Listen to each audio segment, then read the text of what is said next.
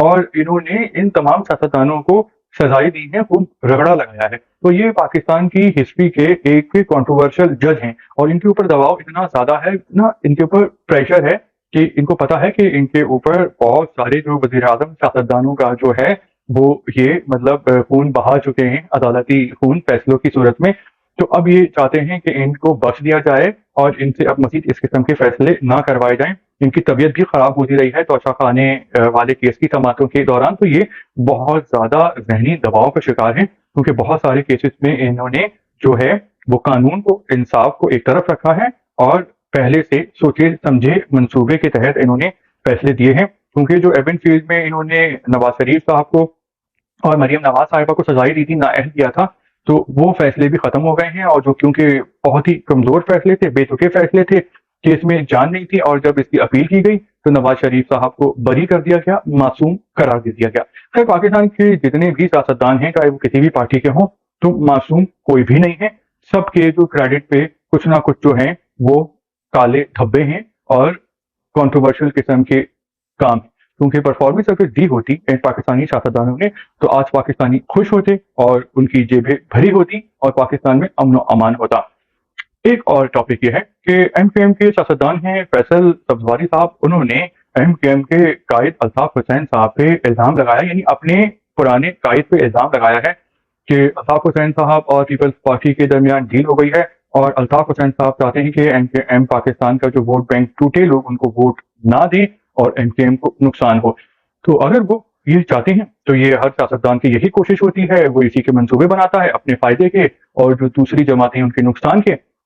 اب جو M Q M والے الطاف حسین صاحب کو برا بھلا کہہ رہے ہیں، تو الطاف حسین صاحب کے پاس بھی یہ رائٹ ہے کہ وہ اپنے چاہنے والوں سے اپیل کر سکتے ہیں کہ آپ بائیکاٹ کر دیں یا کسی اور سیاسی جماعت کو ووٹ دے دیں، کیونکہ ان کو بھی تو سیاست میں حصہ نہیں لینے دیا جا رہا نا. ٹھیک ہے، ان سے غلطیاں ہوئی ہیں اور وہ اپنی غلطیوں کو مان چکے ہیں، معافی بھی مان چکے ہیں، اور معافی مانگنا بھی ایک بڑے دل کی بات ہوتی ہے. لیکن پالیٹکس تو ان کو نہیں کرنے دی جا رہی، تو پھر وہ بھی اپنی چالیں چل سکتے ہیں. پھر لوگوں کی مرضی ہے کہ وہ الطاف حسین صاحب کی بات کو مانتے ہیں یا نہیں. لیکن ایم کیو ایم کی طرف سے اس سے پہلے بھی الزام تراشیاں کی گئی ہیں کہ الطاف حسین صاحب نے 3 بلین روپیز لے لیے ہیں پیپلز پارٹی سے، اور وہ الیکشن سے پہلے سوشل میڈیا پہ پیغام عام کر دیں گے اپنے چاہنے والوں سے کہ آپ ووٹ نہ دیں اور بائیکاٹ کر دیں، کیونکہ وہ اردو بولنے والوں کا ووٹ ہوگا تو وہ ووٹ جب نہیں دیں گے تو ایم کیو ایم پاکستان کا جو ووٹ بینک ہے وہ کم ہو جائے گا اور اس کا فائدہ سندھ میں ہوگا پیپلز پارٹی والوں کو. تو ایم کیو ایم پاکستان والے چاہتے ہیں کہ لوگ ووٹ دینے نکلیں، ان کو ووٹ دیں یا کسی کو بھی ووٹ دیں، لیکن ووٹ دیں، کیونکہ بائیک آؤٹ سے نقصان ہوگا ایم کیو ایم پاکستان کا. ویسے یہ ہر کسی کا ذاتی فیصلہ ہوتا ہے، لیکن ایک کامن سینس کی بات ہے کہ انسان کو ووٹ ضرور دینا چاہیے، چاہے وہ کسی بھی کنٹری کا ہو. باہر تو لوگوں میں اتنا سماجی سیاسی شعور ہوتا ہے کہ ہر کوئی سیاست میں دلچسپی ہو نہ ہو اپنا ووٹ ضرور دیتا ہے، اور ووٹ دیتا ہے منشور دیکھ کے، یعنی کیا سیاسی جماعت جو ہے وہ اپنے ووٹرز کو کیا منشور دے رہی ہے. اور منشور ایک عہد ہوتا ہے، ایک وعدہ ہوتا ہے کہ آپ ہمیں ووٹ دیں، ہم حکومت بنائیں گے اور آپ کو یہ سب سہولیات فراہم کریں گے. لیکن ہمارے منشور کے بجائے جو ہے وہ رنگ، نسل، طبقہ، ذات، برادری دیکھ کے، یعنی تعصب کی نیت سے اکثر لوگ ووٹ دیتے ہیں. تو ووٹ ایک طاقت ہوتی ہے. خیر، پاکستان میں تو اکثر الیکشن جو ہیں وہ کنٹروورشل ہوتے ہیں اور مینج ہوتے ہیں، لیکن ووٹ ضرور دینا چاہیے. اب آپ کا کیا خیال ہے کہ الطاف حسین صاحب جو ہیں وہ الیکشن سے پہلے کیا بائیک آؤٹ کی اپیل کر سکتے ہیں؟ اور اگر الطاف حسین صاحب نے اپیل کر دی بائیک آؤٹ کی تو پھر آپ کیا ووٹ دیں گے یا نہیں دیں گے؟ خیر، ایم کیو ایم پاکستان جو ہے وہ کوشش تو بہت کر رہی ہے، زور تو بہت لگا رہی ہے. ہر علاقے میں ان کے سیاسی دفتر کھل رہے ہیں، ان کو کیمپیننگ کی اجازت مل گئی ہے، یعنی ان کو قبولیت ان کی ہو گئی ہے. لیکن کیا عوام بھی ان کو قبول کرنے والے ہیں؟ جتنی زور و شور سے یہ لوگ الیکشن مہم چلا رہے ہیں کہ کیا ووٹ بینک بھی ان کو اتنا ہی پڑے گا؟ یہ ایک سوال ہے اور اس کا فیصلہ کریں گے الیکشن جو کہ آنے والے ہیں. اس کے علاوہ ایم کیو ایم ایک اور ہے، مہاجر قومی موومنٹ، اس کے رہنما ہیں آفاق احمد صاحب. تو انہوں نے یہ کہا ہے کہ وہ 6 فروری کو مزار قائد پہ ایک سنسنی خیز بیان دینے والے ہیں اور وہ اپنے چاہنے والوں کی جو ہیں وہ آنکھیں کھول دیں گے ان کو حقیقت دکھا کے.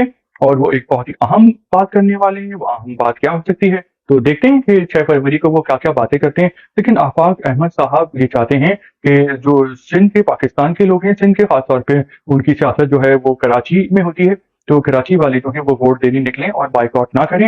آفاق احمد صاحب کا یہ کہنا ہے کہ اگر آپ نے ووٹ نہیں دیا تو پھر وہ ووٹ ضائع ہو جائے گا اور اس کا فائدہ ہوگا کہ جو دوسری جماعتیں ہیں، یعنی جو نان مہاجر اکثر جماعتیں ہیں، تو وہ چاہتے ہیں کہ جو اردو بولنے والے ہیں وہ اپنے ووٹ کا استعمال کریں، ووٹ دیں، اور زیادہ سے زیادہ جو اردو بولنے والے ہیں ان کو لے کر آئیں پارلیمنٹ میں، ان کو وزارتیں ملیں، وہ ممبر پارلیمنٹ بنے۔ تو ایسا کہنا ہے آفاق احمد صاحب کا، اگر ایک اینگل سے دیکھا جائے تو بالکل جائز بات ہے، صحیح بات کر رہے ہیں کہ بھائی ووٹ جو ہے وہ دینا چاہیے، اور یہ حق ہوتا ہے ہر 18 پاکستان میں جو بالغ ہو جاتے ہیں 18 سال کے بعد، ان کا حق ہو جاتا ہے ووٹ دینے کا، تو ووٹ دینا چاہیے، کیونکہ ووٹ کے استعمال سے آپ اپنی پسند کا بندہ چن سکتے ہیں، سیاستدان اپنی سروس کے لیے، عوام کی خدمت کرنے کے لیے، اور پھر اگلے الیکشن میں ووٹ دے کے اس کو ریجیکٹ بھی کر سکتے ہیں۔ تو جو جمہوری پروسیس ہے وہ چلنا چاہیے۔ تو آفاق احمد صاحب کی اس بات سے آپ اتفاق کرتے ہیں یا نہیں؟ اور آپ کا کیا خیال ہے کہ 6 فروری کو وہ جو پریس کانفرنس کرنے والے تو اس میں کیا ایسی باتیں ہو سکتی ہیں سنسنی خیز؟ تو جب وہ یہ باتیں بتائیں گے تو اس حوالے سے بھی اس پہ کھل کے ڈسکس کریں گے اور تجزیہ بھی پیش کریں گے۔ تو ویلاگ آپ کو کیسا لگا؟ آپ اپنے کامنٹس کر سکتے ہیں، اس کے علاوہ آپ لائک کرتے ہیں، سبسکرائب کرتے ہیں، شیئر کرتے ہیں۔ تو شکریہ۔